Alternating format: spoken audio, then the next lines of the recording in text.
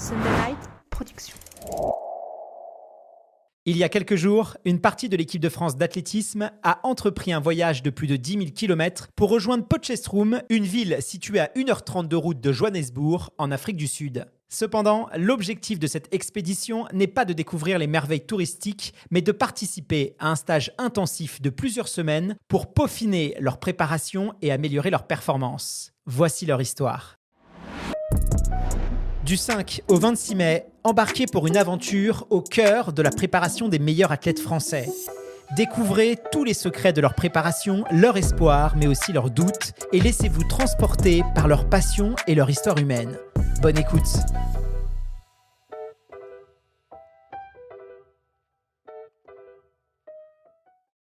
Après plusieurs semaines d'entraînement intensif, à la fois physique et mental, la fin du stage approche. Les contours d'une équipe plus forte, plus résiliente et déterminée que jamais se dessinent. Loin de leur zone de confort, les athlètes ont découvert de nouvelles limites et les ont repoussées. Et puis, il y a eu les rencontres. Des rencontres avec des athlètes locaux, des entraîneurs passionnés et des experts inspirants qui ont partagé leur connaissance et amour pour la course à pied et leur vision de l'excellence. Ces moments précieux ont enrichi l'expérience de nos athlètes et ont renforcé leur détermination. Mais voilà, la fin du stage est proche et il est temps de dresser un premier bilan. Et les progrès sont indéniables, tant sur le plan individuel que collectif. Aurore Fleury est une coureuse spécialisée dans le 1500 mètres et le cross-country.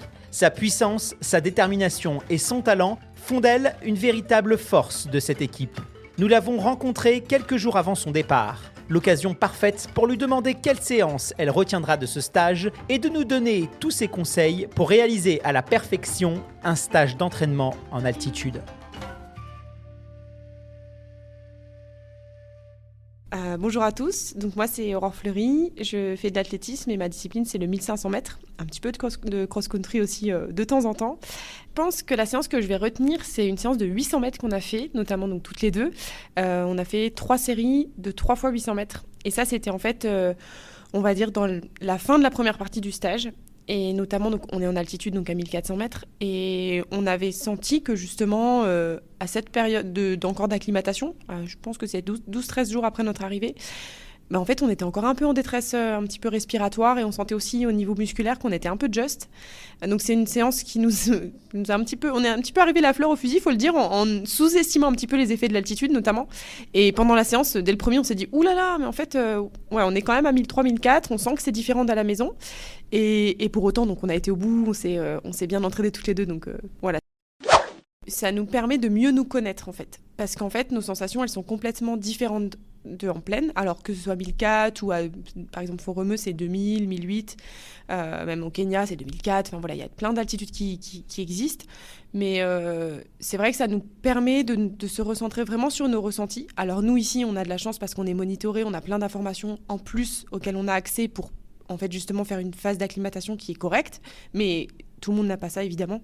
Donc pour ça, c'est vraiment s'axer sur son ressenti et ne pas se frustrer si les chronos sont moins bons, si on va moins vite en footing, si on peut moins aussi parler en footing. Moi, c'est quelque chose au début, c'est bête, hein, mais quand on commence les footings ici ou même à Font-Romeu, quand je suis allée plusieurs fois à Font-Romeu, en fait, je me rends compte que si je cours par exemple à 12 km/h à la maison, quand je cours ici à 12 km/h, si je parle, je suis essoufflée. Et en fait, ça, c'est quelque chose qui est normal. Faut pas se dire, oh là là, c'est cata, c'est que moi, je suis nulle. Non, c'est pas ça. C'est juste que physiologiquement, il se passe un stress dans notre corps qu'on ne gère pas, mais qu'on peut maîtriser en allant moins vite ou en parlant un peu moins aussi. Ça, de temps en temps, c'est ce que j'essaye de faire. C'est pas facile. Mais par contre, en tout cas, c'est vraiment essayer de se recentrer sur ses ressentis. Et évidemment, normalement, les 2 premiers conseils, c'est on diminue nos allures quand même par rapport en plaine. Et si on veut essayer d'être plus proche de nos allures, on ouvre la récup. C'est-à-dire qu'on va augmenter nos récupérations entre les parcours, que ce soit une séance plutôt courte ou plutôt longue. C'est les 2 conseils quand même importants. C'est l'allure, elle sera certainement un peu moins bonne. Ça ne veut pas dire qu'on travaille moins, on travaille de la même manière, voire encore plus. C'est potentialisé, c'est augmenté quand on fait ces séances-là ici, le résultat qu'on aura derrière. Mais il faut accepter d'aller un petit peu moins vite, de prendre plus de récup. Et surtout aussi entre les séances, effectivement, d'avoir des petits protocoles de récupération tout simples, hein, bien manger, bien dormir et bien boire. Déjà, si tout le monde fait ça, c'est une récupération optimale déjà. Hein. Ce qu'on n'arrête pas de nous répéter dans le staff, notamment, c'est l'hydratation, notamment pendant les longs vols d'avion, parce qu'avec justement le contexte physio dans lequel on est haut dans l'atmosphère comme ça, et ben forcément on n'a pas les mêmes mécanismes à l'intérieur de nous, et donc pour ça il faut beaucoup s'hydrater. Alors ça paraît embêtant dans l'avion, souvent justement on a tendance à pas boire du tout, notamment parce qu'on va pas aller aux toilettes 10 fois, etc. Mais en fait c'est un moment hyper important où il faut qu'on s'hydrate, qu'on mange bien. Alors voilà, on fait au mieux en tout cas, mais l'hydratation c'est le plus important. Et notamment avant de repartir du stage, nous là on a fait notre dernière séance par exemple, moi personnellement on est donc mardi, et je vais décoller vendredi soir, et donc à partir de maintenant déjà je sais que il n'y aura plus de grosses séances avant de partir, parce que je vais déjà essayer de régénérer un petit peu avant de prendre l'avion, ce qu'avant je ne faisais pas. J'ai fait des erreurs comme ça où le vendredi matin je faisais une grosse séance et j'avais l'avion 6 heures après, et c'est absolument pas optimal. Parce que je voulais profiter jusqu'au bout, etc. Mais je me rendais pas compte que je me surfatiguais et qu'en fait le profit que je voulais en avoir, finalement en fait il allait être ridiculement petit à la fin. Et au final peut-être qu'il y a des risques derrière de blessures, de surfatigue, et surtout qu'on rentre dans le quotidien après. Donc c'est encore plus compliqué, on va être fatigué, voilà, tout va être compliqué. Donc il faut alléger avant de partir. Et en rentrant, se laisser vraiment le temps de récupérer du voyage en termes de sommeil et aussi de reprise du rythme de la vie quotidienne, qui crée aussi du stress pour nous tous, qu'on travaille ou pas à la maison comme une personne normale. En fait, on a besoin de ce temps où il faut se régénérer, prendre son temps, et après, comme ça, c'est de cette manière-là qu'on va en fait avoir le meilleur résultat de tout l'entraînement qu'on a fait en altitude. Pour beaucoup de sportifs, le training camp de Potchefstroom offre un terrain d'entraînement optimal pour la performance. Pourtant, on pouvait s'interroger sur la pertinence de faire voyager des athlètes aussi loin, surtout dans le contexte actuel de la crise climatique. D'autant plus que la haute performance sportive est une science délicate qui se joue parfois sur des détails souvent invisibles aux yeux du grand public.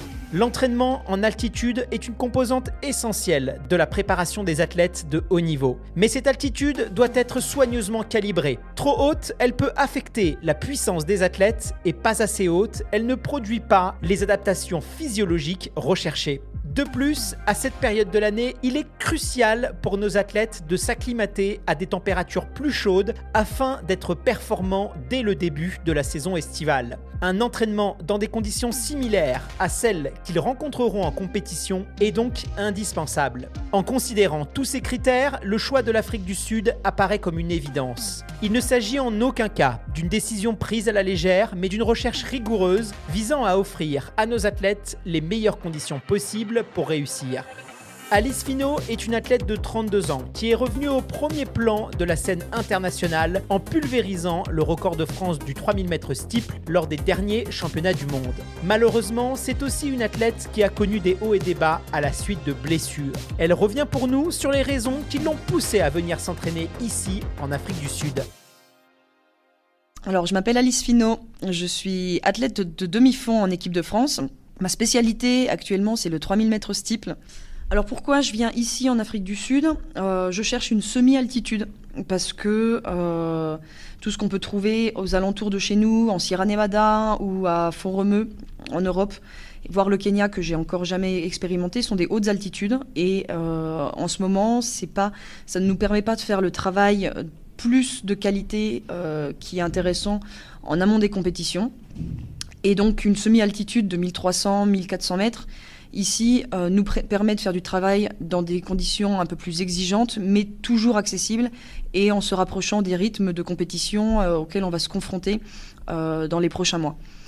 Par contre, l'altitude a ses risques, c'est-à-dire qu'il faut bien prendre en compte le temps d'acclimatation et une décharge avant de rentrer chez soi, parce qu'on a un long voyage pendant lequel il faut bien dormir, bien s'hydrater et bien récupérer. C'est-à-dire qu'il y a des bénéfices, mais qui ont des risques qu'on peut diminuer si on fait un bon contrôle et un bon monitoring sur place de notre forme. On est venu chercher aussi ici la chaleur. Donc on est plus sur des conditions qui vont ressembler au mois de compétition, juin, juillet, août. On a une alimentation très bonne, de laquelle on n'a pas à se soucier, à prendre du temps pour cuisiner. C'est vrai qu'on a un buffet ici et qu'on trouve tout ce qu'il faut très rapidement dans la fenêtre des 30 à 40 minutes tout de suite après l'entraînement. Donc on est capable de donner au corps l'énergie et les nutriments qu'il a besoin tout de suite après l'entraînement. Et puis, en fait, tout tourne autour de l'entraînement, ce qui permet en fait de beaucoup récupérer et d'organiser notre journée autour de ça. Alors, c'est la deuxième fois que je viens ici. L'année dernière, ça avait bien fonctionné. À l'issue de ce stage, j'ai fait plusieurs fois le record de France de 3000 mètres steeple pendant cette saison. Et je me suis qualifiée au championnat du monde. Donc, j'ai été convaincue du travail réalisé. Et à l'approche des JO, maintenant à 1 an, je veux travailler sur des choses qui fonctionnent. Et c'est pour ça que j'ai réitéré cette expérience cette année. Alors les objectifs, bien sûr, c'est de réaliser rapidement la minima pour les championnats du monde sur 3000 mètres steeple, championnats du monde qui auront lieu à la fin août à Budapest, et de venir travailler aussi également ma vitesse sur du 1500 mètres. Donc je devrais faire mon retour en compétition dès début juin et mettre quelques compétitions jusqu'à fin juillet au championnat de France pour passer par un stage terminal qui se fera peut-être chez moi ou ailleurs, c'est pas encore décidé, vis-à-vis de Budapest. Thierry Chauffin est l'un des entraîneurs qui a fait le déplacement en Afrique du Sud. Sa présence sur le terrain a permis un suivi quotidien de ses athlètes et une proximité avec eux qui permet d'optimiser et adapter la préparation de chacun d'entre eux. Thierry est aussi connu pour sa capacité à motiver ses athlètes, à les pousser à se dépasser sans jamais compromettre leur bien-être. Il comprend que la performance est un équilibre délicat entre le travail physique intense et le maintien de l'épanouissement personnel. Nous avons eu la chance d'échanger quelques mots avec lui à son retour à Fontainebleau pour faire un premier bilan de cette expérience sud-africaine.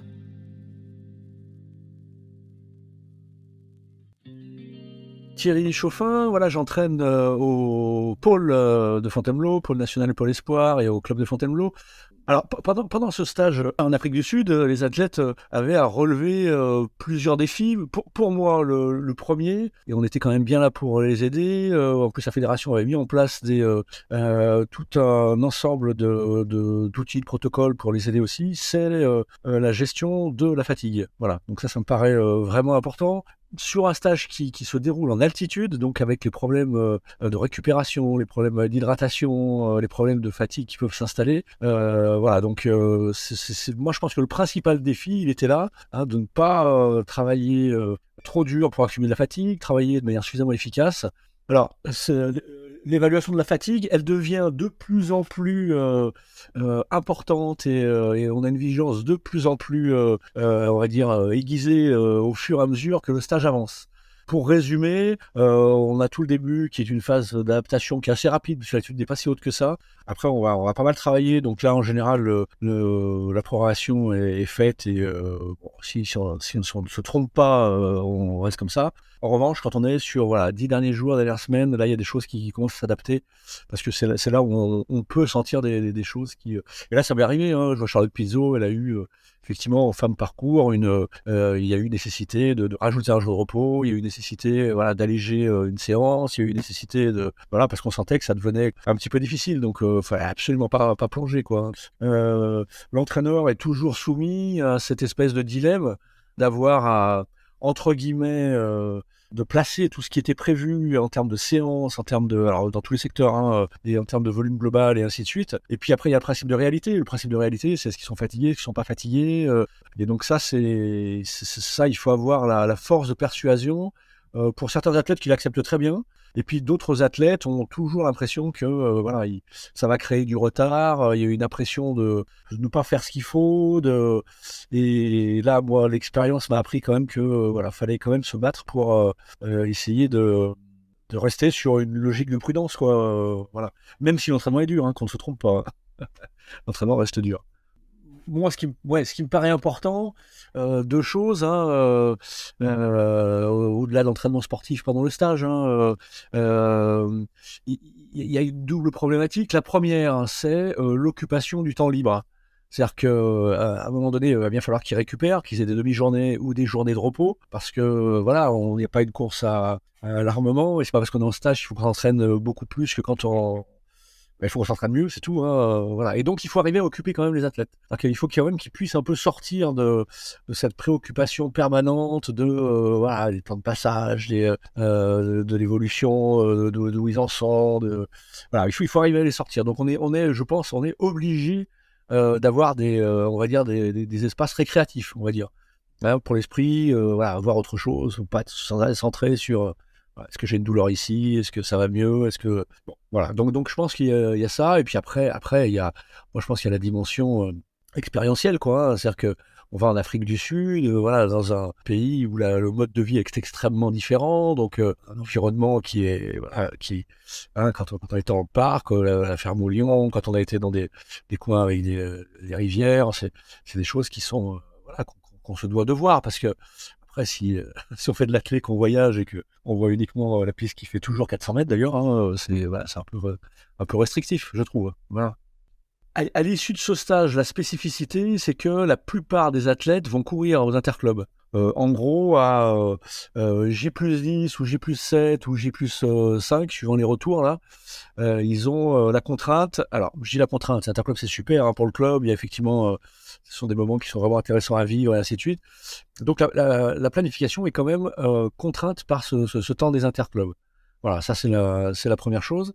Et pour être extrêmement franc, on prévoit à peu près, mais tout va dépendre de leur capacité à récupérer et notamment leur capacité à pouvoir compenser par le sommeil à la fois le changement de lieu, alors il n'y a pas de décalage horaire, hein, la redescente de l'altitude et le fait d'encaisser tout ce qu'ils ont fait pendant le stage. Donc ça va être extrêmement différent sur les individus, mais c'est une période où il va falloir être vigilant. Et par exemple, pour moi, là, pour ceux qui redescendent, alors ils redescendent peut-être pas forcément tous en même temps, le plan d'entraînement n'est pas si figé que ça. C'est-à-dire que je le fais en fonction des indices que j'ai, en les voyant, les indices du HRV, hein, sur la variabilité de la fréquence cardiaque, voir s'ils sont effectivement en phase encore de récupération ou de fatigue éventuelle. Donc c'est une période qui est assez complexe en fait. Et parce qu'on comprend bien que faut pas se tromper là, parce que sinon on peut complètement passer à travers et accumuler de la fatigue et ne faire que descendre, ce qui est quand même pas l'objectif. Le retour en plaine ou la redescente après un stage en altitude est une phase cruciale pour les athlètes de haut niveau. L'entraînement en altitude est connu pour augmenter la production de globules rouges, ce qui améliore la capacité du corps à transporter l'oxygène des poumons vers les muscles.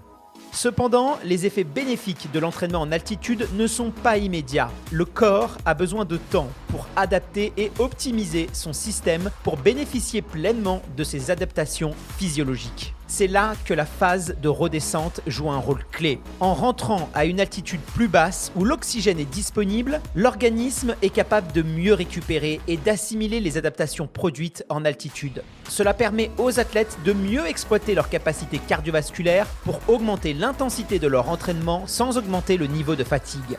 Mais attention, une mauvaise gestion de la redescente ou un retour trop rapide à des séances intensives en plaine peut au contraire entraîner une fatigue excessive et potentiellement augmenter le risque de blessure. Djilali Bedrani est l'une de nos meilleures chances de médaille au prochain championnat du monde de Budapest. Nous avons échangé avec lui sur sa stratégie post-stage et comment il compte tirer un maximum de bénéfices de cette expérience sud-africaine. L'occasion également de faire un point avec lui sur ses prochains objectifs. C'est Djilali Bedrani, athlète olympique, finaliste des derniers championnats d'Europe à Munich. J'ai une très belle expérience, comme d'habitude. La Fédération française d'athlétisme sait organiser les stages. On est mis dans de très très bonnes dispositions pour pouvoir aller chercher la haute perf. J'ai eu les 2 premières semaines qui ont été très bien en termes d'entraînement et dans leur globalité, on va dire. Et par contre, la dernière semaine, c'était un peu plus compliqué parce que j'ai une petite lésion à l'ischio gauche. Mais aujourd'hui, ça va beaucoup mieux. Donc, c'est le plus important. Mais sinon, dans la globalité, c'était vraiment un stage énorme. On a eu, on s'est bien entendu, ça s'est très bien passé. Il y avait une très belle ambiance et c'est le principal. Alors, la redescente de l'altitude, c'est propre à chacun en fait. Donc, c'est selon. Moi, j'ai pu faire l'expérience sur pas mal de stages en altitude. Donc, sur la redescente. Je sais qu'à partir le premier jour, je peux courir. Ensuite, Le deuxième jour, ça passe, mais après, à partir du troisième jour, du troisième au huitième jour, c'est la phase où je dois pas courir, quoi. Vraiment, c'est une phase un peu creuse. Et puis derrière, à partir de 9, 10, 11, 12, et derrière, c'est vraiment, tu peux courir sans problème. Mais tu peux avoir des effets négatifs, en tout cas, entre le troisième et le huitième jour. En tout cas, pour ma part. Je sais qu'il y en a, c'est différent pour chacun, quoi. Je sais qu'il y en a qui peuvent courir, ils peuvent pas courir quand ils reviennent direct, mais à partir du troisième jour, ils peuvent courir. Donc vraiment, je pense que c'est propre à chacun, quoi. Et c'est selon aussi comment tu gères ta fin de stage. Si tu charbonnes pendant 3 semaines, que la dernière semaine tu lèves pas le pied, ben ça risque d'être un peu compliqué sur la descente. Des défis, j'ai des compétitions. Donc là, j'ai dû repousser ma rentrée sur ce type de 10 jours parce que suite à la lésion à l'ischio, je pense que c'est plus judicieux de faire ça et c'est plus, on va dire, avec l'expérience, j'arrive à mieux appréhender ces grandes compétitions. Et en arrivant avec une petite blessure, vaut mieux décaler un petit peu pour être mieux sur le milieu de saison et pour bien préparer les championnats du monde. Je pense que c'est la meilleure des décisions à prendre aujourd'hui. Maintenant, voilà, il faut toujours être un petit peu, on va dire, à l'écoute de son corps. Et surtout que j'ai pas 25 ans maintenant, j'ai 29 ans, donc c'est normal qu'il y ait des petits pépins qui s'installent. Ça fait déjà 15 ans que je cours, donc voilà. Ensuite, par rapport au défi, il y a le meeting de Paris le 9 juin. Donc c'est là où je vais faire ma rentrée normalement, si tout se passe bien.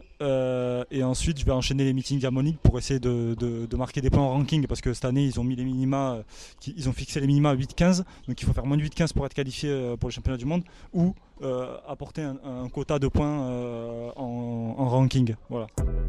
Le sport de haut niveau est un monde où chaque détail compte, où la rigueur, le travail et la persévérance sont des piliers inébranlables. À travers ce reportage, nous avons tenté de vous faire entrevoir cette réalité.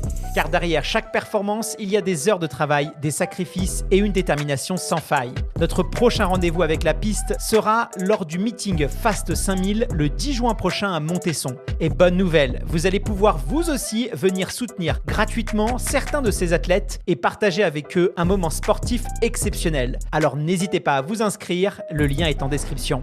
Je suis Guillaume Centracchio, le narrateur de cette aventure. À la technique, aux images et prise de son, Nicolas et Thomas Viau. Les déclinaisons web et l'identité visuelle de ce programme ont été imaginées par Justine Baudin et Nolwenn Pinsivi. Lauriane Tissier à la coordination et Pierre-Emmanuel Hutto, notre producteur délégué pour Sunday Night Productions. À la semaine prochaine.